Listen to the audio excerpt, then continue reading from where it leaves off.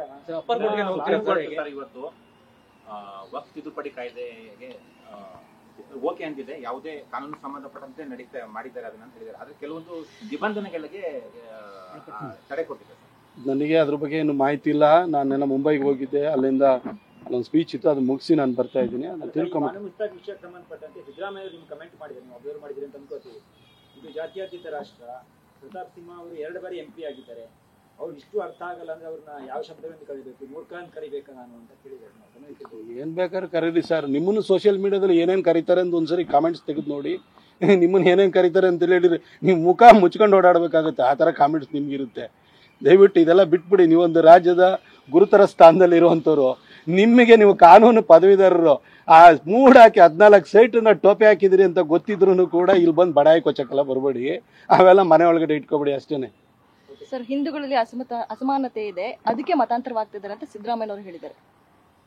ನಾನು ಒಂದು ಕೇಳಲಿಕ್ಕೆ ಬಯಸ್ತೇನೆ. ಹಿಂದೂಗಳಲ್ಲಿ ಅಸಮಾನತೆ ಇದೆ, ತಾರತಮ್ಯ ಇದೆ ಅನ್ನೋ ಕಾರಣಕ್ಕೆ ಕ್ರೈಸ್ತರಾಗಿಯೋ ಮುಸಲ್ಮಾನರಾಗಿಯೋ ಕನ್ವರ್ಟ್ ಆದ್ರು ಅಂತ ತಿಳ್ಕೊಳ್ಳಿ. ಕನ್ವರ್ಟ್ ಆದಮೇಲೆ ಅಲ್ಲಿ ಸಮಾನತೆ ಅನ್ನೋದು ಸಿಗ್ಬೇಕಲ್ವಾ?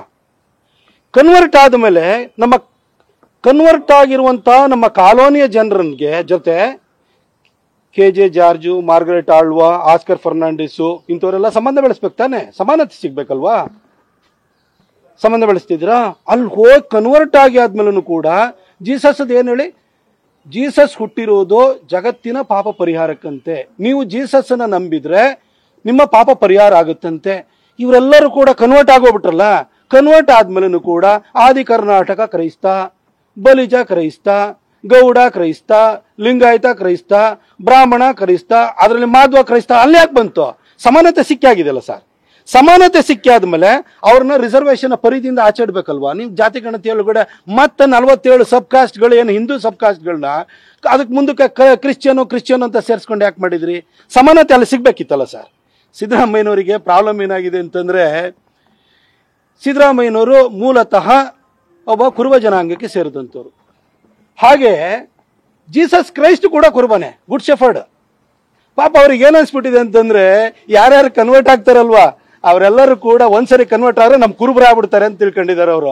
ಅವರೆಲ್ಲ ನನಗೆ ಓಟ್ ಹಾಕ್ತಾರೆ, ಅದಕ್ಕೋಸ್ಕರ ಅವ್ರಿಗೆಲ್ಲ ಅವಕಾಶ ಕೊಡೋಣ, ಅದಕ್ಕೆ ಮತಾಂತರ ನಿಷೇಧ ಕಾಯ್ದೆನೆಲ್ಲ ವಾಪಸ್ ತಗೊಳ್ಳೋಣ ಅಂತ ಹೊರಟಿದ್ದಾರೆ ಸಿದ್ದರಾಮಯ್ಯನವರೇ.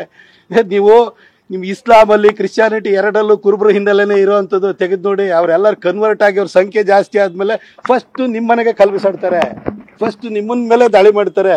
ಇವತ್ತು ಗೊತ್ತಿಲ್ಲ, ನಿಮ್ಮನ್ನ ಬಳಸ್ಕೊಳ್ತಾ ಇದ್ದಾರೆ.